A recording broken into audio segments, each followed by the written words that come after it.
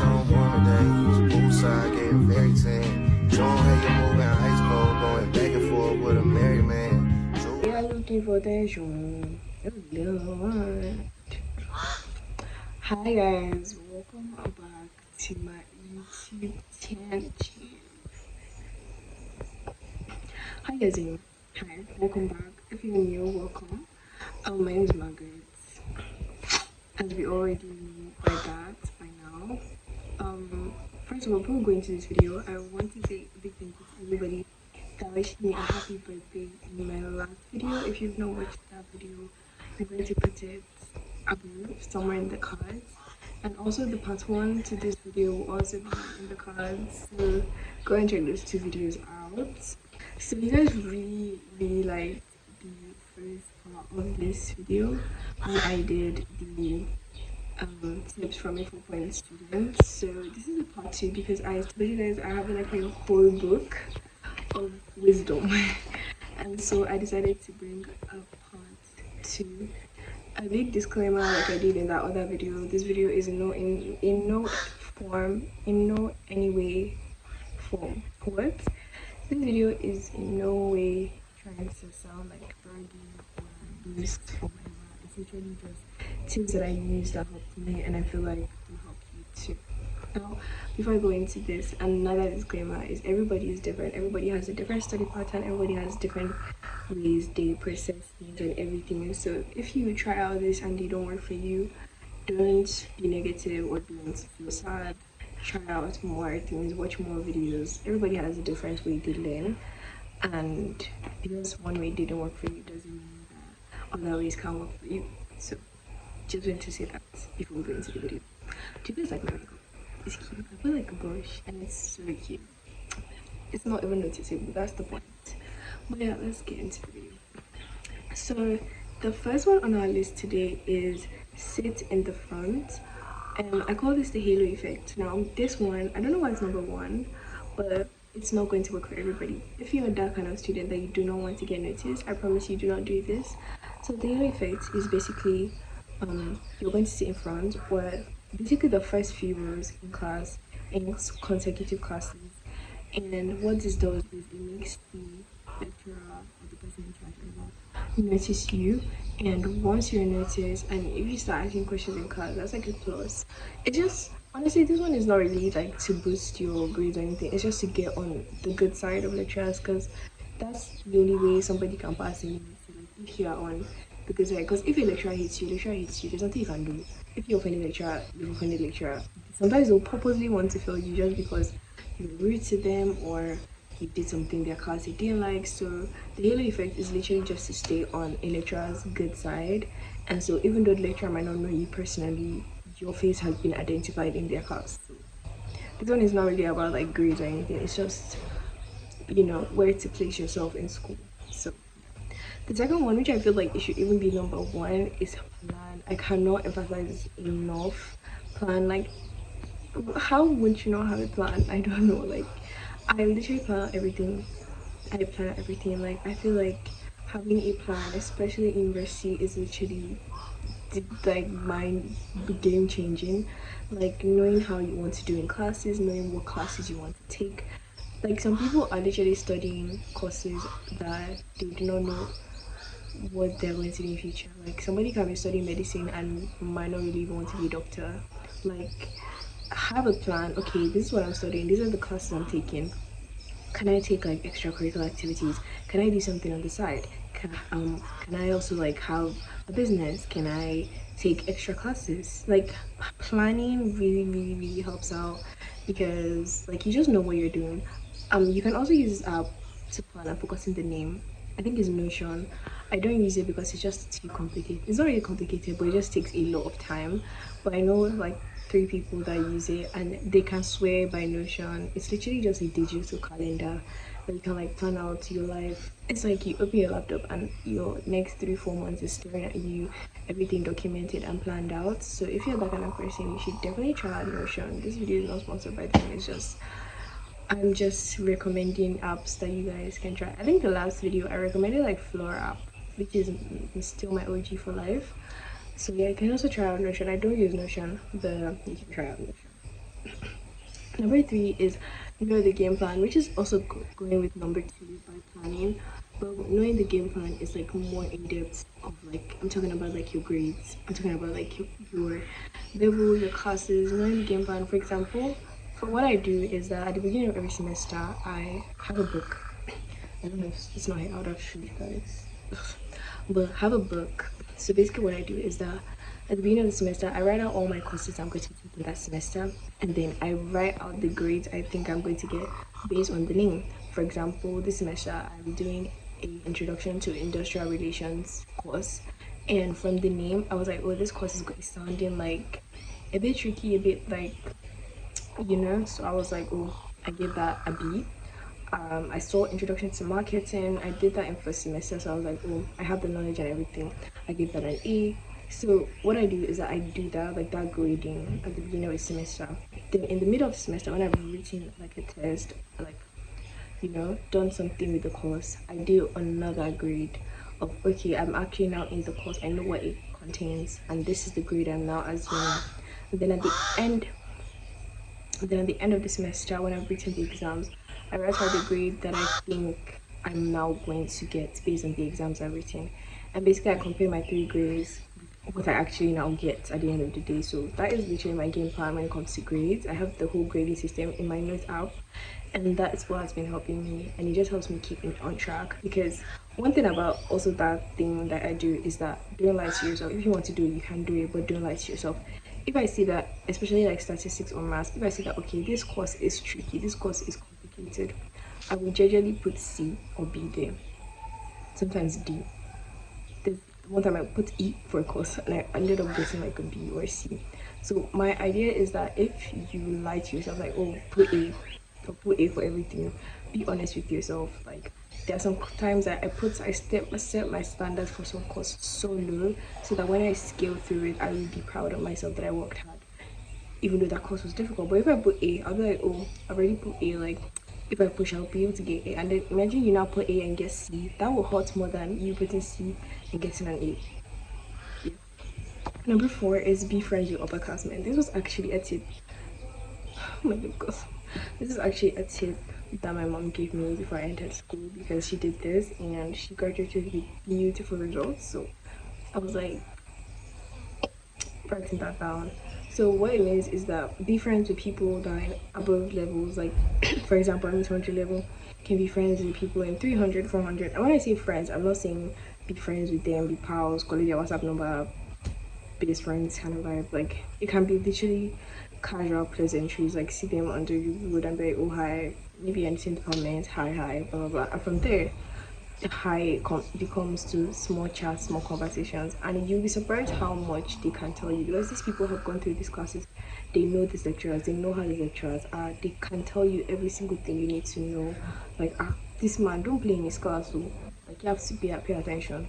This man don't miss his class, or that lecturer you don't pass, like no fear, that kind of thing. So they have more knowledge than you because they've passed through that level. They know what is hard, they know what it entails. So try as much as possible to be friends with upperclassmen because sometimes they will be the ones that will save your life. Because they saved my life last semester in statistics. I thought it was statistics. I did not know it was Spanish and algebra mixed with quantitative analysis and physics. Like yeah, just take that tip very seriously. It will really come in clutch. And if you're like, oh, I'm timid, I'm shy, I don't talk to people, girl, I don't either. Number five is surround yourself with accountable friends. As much as I don't even have a big circle, I have limited friends just because it's not like it is like that's just the vibe. I have a very small circle, and even in my small circle, I still have good accountable friends in school. I literally have a study group. We meet together, we encourage each other, we motivate each other, we play with each other. Like we are all accountable to each other. Like you're not reading, why you're not reading. Like just have people in your life that are accountable, that you can hold accountable or are accountable basically. Like get somebody that will get you out of your bed to read. That's what you need. You don't need somebody that I don't want to say anything. Number six, make your project mean everything. I feel like a lot of people just be like, oh, exam is the main thing, test is the main thing, that is what I'm focusing on. But those little points that you can gather in class are literally the main thing. Exam is okay, everybody's going to write exam, everybody's going to write test, but those projects, those assignments are literally free opportunities for points. So I promise you, take them seriously. I did a course last semester, and this man told us to create like a social media profile, and he told us that our account should blow. And that project was like what, 20, 30 marks. That is a lot. That is a lot to just take it. This semester we're building an app, and I think that's like what, 30 points. That is a lot to take and treat your project with utmost gravity and importance, because you don't know where you will need those points. You don't know how they will come in clutch for you. So yeah. Number seven is also assign your assignments early. I'm very guilty of this one. I only do assignments immediately I get them if it's like math, just because I don't want to forget them. But other assignments I'll be doing them in hours before the class, so let's not lie to each other. But I feel like this is something that I really wanted to be doing. So let's be changed. Let's change, okay? Let's be good people. Number eight, pay attention to details. This is also so important. I feel like a lot of people go through school and do not just leave. Like they just always school, assignments, tests, exams, assignment, test, exams. Like they do not pay attention to little details. And I'm all about little details. Like those little extra notes in class, those things that your lecturer will say. If you are the type that records the audio in your class, like you record the lecture to listen later, do that. If you're someone that jots and you do not write notes, do that. Every single little detail counts. There was the course I did in 100 level. This man, like, he gives us notes, but then when he's explaining, there are some little things he says, and I promise you, every single little thing I jot, like I put on my book, like the little corners, those were his OBGRB CBT questions, and you will read the notes and you just like ignore the whole details. If I did not pay attention to those details, I promise you, like I would have been lost in the CBT, because what he gave us in the notes and what he gave us in the jottings were kind of not really the same, because they were more like big words and grammars, and then the jottings was like straight to the point answers. So pay attention to the little details. You don't know where and when you will need them. Number nine is be efficient. Be efficient. Be efficient. I cannot explain this in the less or in a high tone, but be efficient. Be productive. Try your best to get as much work done as possible. You guys think I look sane. I'm not sane. I am crazy because I juggle a lot of things at the same time that I'm doing YouTube. Let's not even get into my life right now, but be efficient, because you only have 24 hours. Like, try to be efficient. Number 10 is know your limit. As much as you want to be a 5.0 student, even scholar, the rest, like, try and know your limits, because if you get burnt out, if you get too tired, if you get too stressed out, you will not be able to be productive, and that's time wastage. So also try to know your limits. Set times that, okay, me self, I want to rest. Me self, I want to take time for myself. I want to go out. Let me go for a stroll. Let me go for a walk. Let me clear my head. Take time for yourself. Okay, like even the best students do rest. Number 11 is eliminate distractions.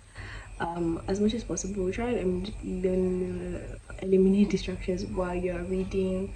I mentioned this in my last video. You can use the Flora app.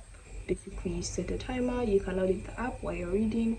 That way, you are reducing your screen time, and at the same time, you're focusing on whatever you're reading. Unless you're using your phone to read, which is like PDF and whatever. Number 12 is try or study to understand. I mentioned some like study habits in my last video about the Pomodoro effect and active recalling and like the scribbles. So like I have like some of them that I use, but the most effective one for me is active recalling. So basically it's basically just you teaching ghosts. You act like a teacher, you do as if you're teaching a whole class of people, or you can even teach your friends. But it's basically the more you teach people, the more you assimilate, the more you learn faster. Some people might see it as time wastage. That's why I always say try to start reading early. I don't really. the first week of school, you're starting to read. What have they even taught you that you're reading? Don't be deceiving yourself. Even the PDF, I'm sure you're not reading it. You're just playing the night class that you were for.